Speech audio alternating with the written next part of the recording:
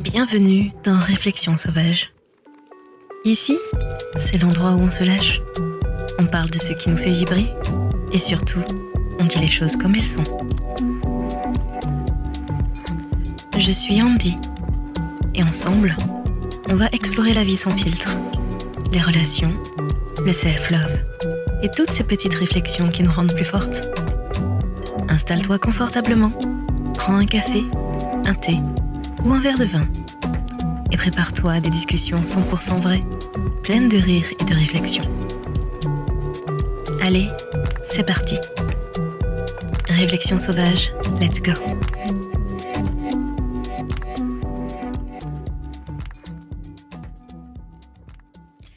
Série Le racisme, ce n'est pas que chez les autres. Épisode 2. Les propos racistes subtils qui glissent trop bien dans la société.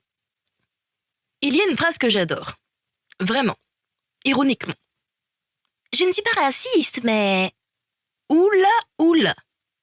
Rien que ça, normalement, devrait déclencher une alarme sonore, genre sirène des pompiers, lumière rouge, évacuation immédiate. Parce que, statistiquement, ce qui suit n'est jamais une déclaration d'amour universel. Le racisme, on l'imagine violent, brut, assumé. Mais en réalité, il est très souvent poli, déguisé, sourire aux lèvres. Parmi tes collègues. Il glisse dans les conversations, dans les open space, dans le métro, dans les repas de famille aussi. Et le pire, c'est que ça passe.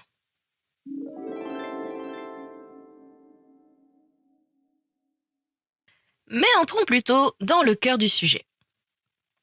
J'ai quitté ma Martinique adorée il y a plusieurs années pour m'installer dans l'Hexagone. Et naïvement, je pensais que mon côté clair me protégerait un peu, que mon métissage me rendrait moins exposée. Eh ben spoiler, pas du tout. Le racisme ne vérifie pas ton arbre généalogique avant de s'exprimer. Dans le métro, on m'a déjà prise pour une arabe et insultée, sans me connaître, sans savoir d'où je viens, juste sur une perception, une supposition, une projection. J'ai eu droit à « rentre dans ton pays » dit à la mauvaise supposition ethnique. « Vous êtes tous pareils !»« C'est quoi ton vrai pays ? T'es pas française ?»« Non mais tes origines, tes vraies origines !» Comme si être française ne suffisait jamais. Et là, tu comprends quelque chose de violent. Le racisme ne cherche pas la vérité. Il cherche une cible. Ou les faux compliments que j'ai entendus. Tu parles super bien pour une fille qui vient des îles, on n'entend pas trop ton accent. T'as de la chance, t'es caramel, toi. Moi, j'adore les filles comme toi. Vous avez le rythme dans la peau. Et vous vieillissez super bien, c'est incroyable. Ce « vous » collectif qui te transforme en catégorie. Il y aurait donc un standard attendu, un niveau supposé. Ce genre de phrase est prononcé comme un compliment. On attend que tu dises « Ah, merci !» que tu sois flatté. Mais en réalité, elle repose sur une idée profondément ancrée. Que l'intelligence, l'éloquence ou le professionnalisme ne seraient pas naturels chez certaines origines. Et puis il y a l'exotisation. Les métis, c'est toujours des beautés exotiques. Exotique. Comme un cocktail. Comme une destination de vacances. On te transforme en paysage, en fantasme, en exception flatteuse. Mais derrière le compliment, il y a encore une catégorisation, une généralisation et une réduction. Et parfois, c'est encore plus insidieux. Les bonnes et les mauvaises origines. Les « ça va » et les « c'est compliqué ». J'ai déjà entendu des collègues dire « Non mais toi ça va, t'es pas comme les autres. Franchement toi on ne dirait même pas que tu viens des îles, t'es typée maghrébine, non ? Mais t'es hyper ponctuelle pour une antillaise. Tu dois mettre l'ambiance aux soirées, non ? » Sous-entendu permanent, on ne s'attendait pas à ça. Pas comme quelles autres. Le problème avec ces phrases, c'est qu'elles créent une hiérarchie invisible. Elles te placent du bon côté, tout en rabaissant tout un groupe derrière toi. Et si tu ne réagis pas, tu deviens malgré toi complice du système. Mais si tu y réagis, c'est que tu es trop sensible, que tu dramatises, ou « Oh, ça va, on rigole ». Les blagues racistes ont cette particularité. Elles sont toujours drôles pour celui qui les dit. Les « Attention, elle va sortir le caractère antillais » ou « Tu dois savoir twerker, toi ».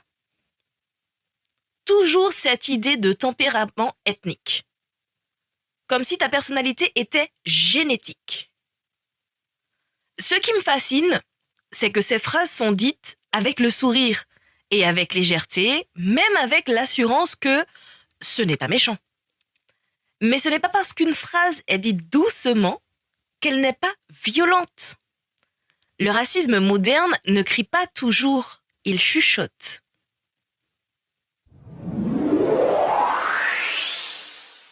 La minute réflexion sauvage.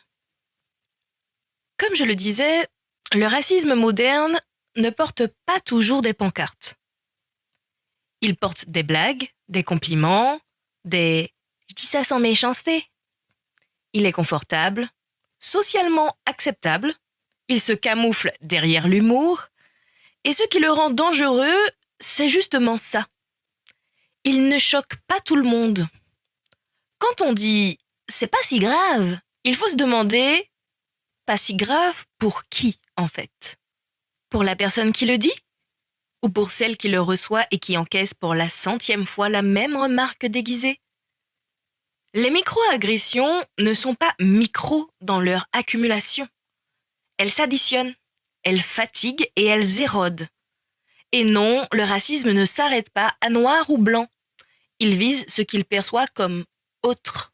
Il classe, il hiérarchise, il compare. Et tant qu'on continuera à laisser passer les phrases qui ne sont pas si graves, on continuera à normaliser l'idée qu'il y a des identités plus légitimes que d'autres. Les conseils sauvages. Alors, comment répondre sans exploser ? Parce que oui, parfois on a envie d'exploser. La première chose selon moi, c'est la question du miroir. Quelqu'un dit « Tu parles bien pour une fille des îles ». Tu peux répondre calmement « Ah bon ? Tu t'attendais à quoi ?» Silence pédagogique garanti. Deuxième chose, nommer sans accuser. Je sais que tu ne voulais pas faire mal, mais cette phrase peut être problématique. Ça désamorce l'intention tout en pointant l'impact. Ceci dit, certains ne l'admettront pas. Troisième chose, arrêtez de rire pour faire plaisir. Si une blague raciste ne te fait pas rire, t'as le droit de ne pas rire. Le silence peut être plus puissant qu'un simple débat. Quatrième chose, créer des conversations en dehors du moment tendu. Parler avec des proches, expliquer pourquoi certaines phrases blessent, déconstruire ensemble, pas dans l'attaque, mais dans l'échange. Et dernière chose, on n'est pas obligé d'éduquer tout le monde. Protéger son énergie, c'est aussi militant.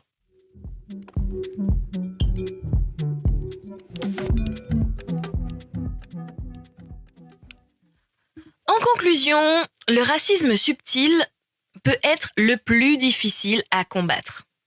Parce qu'il sourit, parce qu'il plaisante, parce qu'il se croit inoffensif. Mais le fait qu'il soit subtil ne le rend pas forcément léger. On mérite beaucoup mieux que des compliments conditionnels, mieux que des exceptions flatteuses, mieux que des « pas comme les autres ». On mérite d'être accepté et respecté. Point. Et si ça dérange qu'on le dise, c'est peut-être que ça devait être dit. Moi, je vous donne rendez-vous vendredi prochain parce que vendredi, c'est Réflexions sauvages et on se retrouve pour un nouvel épisode de la série parce que ça glisse trop bien, mais on commence à freiner. Bisous sauvages et à très bientôt.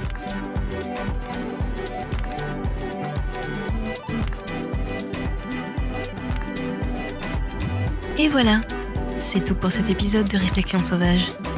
J'espère que ça t'a fait sourire réfléchir et peut-être même un peu bousculer. Si tu as aimé, n'hésite pas à partager avec une amie, laisser un petit avis ou tout simplement en parler autour de toi. On se retrouve très vite pour une nouvelle dose de réflexion, de rire et d'authenticité. D'ici là, n'oublie pas, reste sauvage, reste vrai et surtout prends soin de toi.